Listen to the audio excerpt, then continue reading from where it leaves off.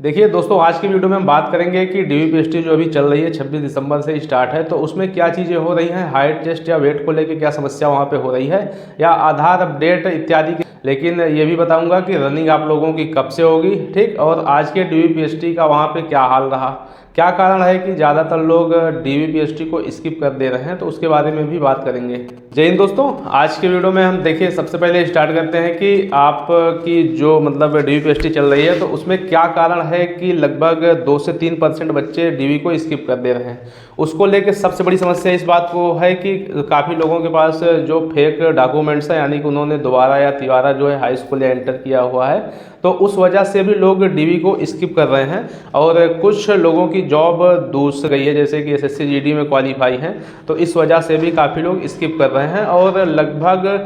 Daily मान के चलिए कि 1 से 2% लोग स्किप कर रहे हैं डीवी को। और 100 लोगों की डीवी हो रही है तो उसमें 4 से 5 लोग या 6 लोग, कहीं कहीं भी 10 लोग भी हाइट में या फिर चेस्ट में बाहर हो रहे हैं। चेस्ट में वो लोग बाहर हो रहे हैं जिनका चेस्ट मान लीजिए कि अभी भी 4 या 5 सेंटीमीटर या 3 सेंटीमीटर कम है, तो वही बाहर हो रहे हैं। जिनका 1 सेंटीमीटर या 1 सेंटीमीटर से कम है या 2 सेंटीमीटर कम है, तो वो लोग क्वालिफाई हो जा रहे हैं। कैसे क्वालिफाई हो रहे हैं, उनको मान लीजिए कि पहले वहाँ पे चेस्ट नापा, सबका यहाँ से चेस्ट टिप्पल के नीचे से नापा जा रहा है, ठीक। उसके बाद यदि चेस्ट कम आ रहा है तो उनको थोड़ा सा समय दिया जाता है, तो लोग मान लीजिए कि जैसे केला खा लिए या फिर पानी पी के थोड़ा डिप्स वगैरह मारते हैं, तो फिर क्या होता है कि चेस्ट में थोड़ा फुलाव आ जाता है। तो उसके बाद फिर से चेस्ट नापा जा रहा है तो उनका सही से आ जा रहा है, यानी कि 79 चेस्ट पूरा हो जाता है और 5 सेंटीमीटर का फुलाव भी उसमें आ जा रहा है। एक चीज़ देखिए, आप लोगों की जो हाइट नप रही है, चेस्ट नप रहा है या फिर वेट नप रहा है, तो सभी चीज़ों को वहाँ पे क्या है कि वीडियो रिकॉर्डिंग हो रही है, ठीक है। तो इसमें एकदम पारदर्शी तरीके से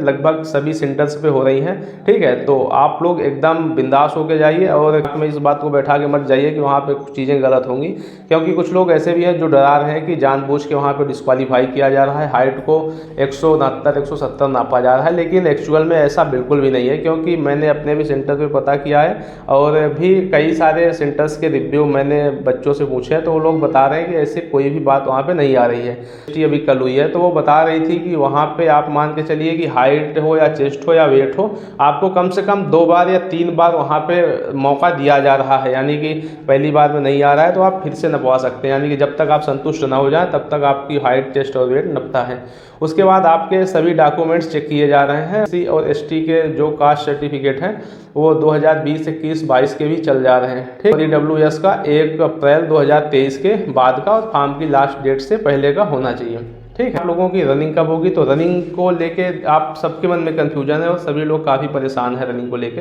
क्योंकि भर्ती बोर्ड के द्वारा ऐसी कोई भी डेट नहीं बताई गई है और ना ही चीज़ों को कंफर्म किया गया है कि रनिंग कब तक होगी, ठीक। तो मैं आपको बता दूं कि आपकी रनिंग तब होगी जब सभी लोगों की डीवी हो जाएगी, ठीक। सबकी डीवी फरवरी के फर्स्ट वीक में समाप्त हो जाएगी। उसके बाद ही मान के चलिए कि रनिंग के लिए जो है नोटिस आएगी और एडमिट कार्ड डाउनलोड होंगे और फिर आप लोगों की रनिंग जिस भी जिले में आवंटित जनपद होंगे तो वहाँ पे रनिंग कराई जाएगी, ठीक। क्या है कि आप यदि अभी भी तैयारी कर रहे हैं तो आगे जो भर्तियां आने वाली हैं 2025 में मान के चलिए कि कम से कम 1.5 से 2 लाख पदों पे भर्तियां आएंगी, जिसकी आप तैयारी कर सकते हैं, जो कि 12th लेवल की होंगी, ठीक। सेकेंड लिस्ट का यदि इंतजार कर रहे हैं तो आप मान के चलिए कि केवल 1 से 2% चांसेज ही हैं, और वो भी चीज़ें डिपेंड करेंगी कि रनिंग पे। रनिंग में यदि मान के चलिए कि उसमें 50% क्या, अगर 40% या 30% बच्चे उसमें डिस्क्वालीफाई हो जा रहे हैं टोटल, तो फिर आप लोगों के चांसेज बन सकते हैं। इस बार ऐसा है कि जैसे महिलाओं की सीटों को बढ़ाया गया है, यानी कि 20% का आरक्षण दिया गया है महिलाओं को,